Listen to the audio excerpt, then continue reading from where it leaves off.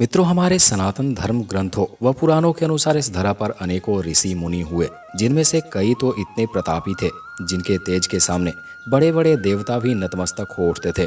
उन्हीं ऋषि मुनियों में से एक थे महर्षि भृगु, जिनके बारे में अनेकों कथाएं पुराणों में वर्णित है। उन्हीं कथाओं में से एक है महर्षि भृगु द्वारा श्रीहरि विष्णु के छाती पर लात मारना, जिसके पीछे एक रोचक प्रसंग है। तो चलिए आज के वीडियो में यह जानते हैं कि आखिर महर्षि भृगु ने भगवान विष्णु के छाती पर लात क्यों मारी थी।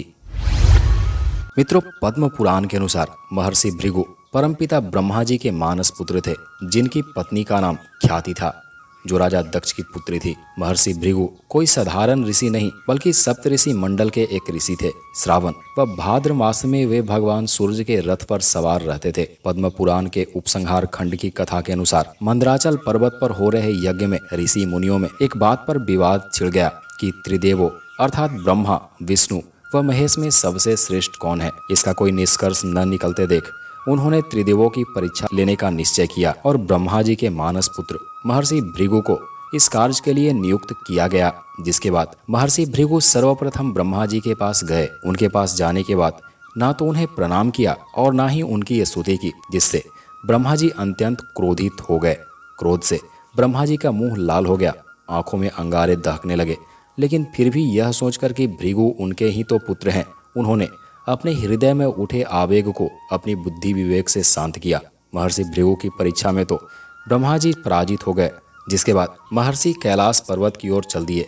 कैलाश जाने के बाद महादेव भगवान शिव ने भृगु को देखा तो प्रसन्न होकर अपनी आसन से उठे और भृगु ऋषि को गले लगाने के लिए अपनी भुजाएं आगे फैलाई। किंतु उनकी परीक्षा लेने के लिए भृगु मुनि उनका आलिंगन स्वीकार न करते हुए कहा कि महादेव, आप सदैव वेदों और धर्म की मर्यादा का उल्लंघन करते रहते हैं।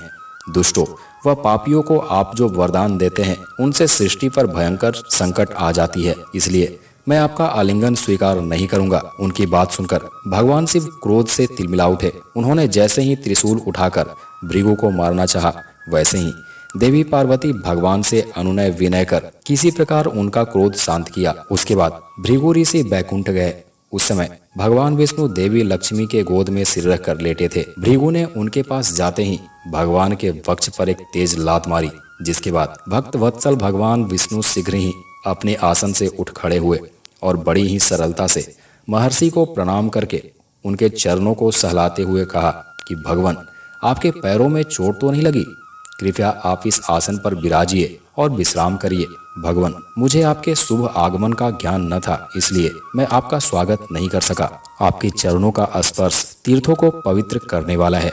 आपके चरणों के स्पर्श से मैं धन्य हो गया। भगवान विष्णु के इस प्रेम व्यवहार को देखते हुए भृगु ऋषि के आंखों से आंसू बहने लगे और तीनों देवों में भगवान विष्णु को सर्वश्रेष्ठ मानकर उनकी पूजा अर्चना भी करने लगे। जब वापस आकर ये सारी कथा ऋषि मुनियों को बताई, जिसे सुनकर ऋषि मुनि बड़े हैरान हुए और उनके संदेह भी दूर हुए।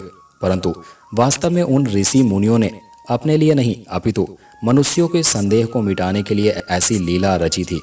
तो मित्रों, आज के लिए बस इतना ही। वीडियो से जुड़ी किसी भी तरह के सवाल या जवाब के लिए आप हमें कमेंट कर सकते हैं। मिलते हैं अगले वीडियो में, तब तक के लिए नमस्कार।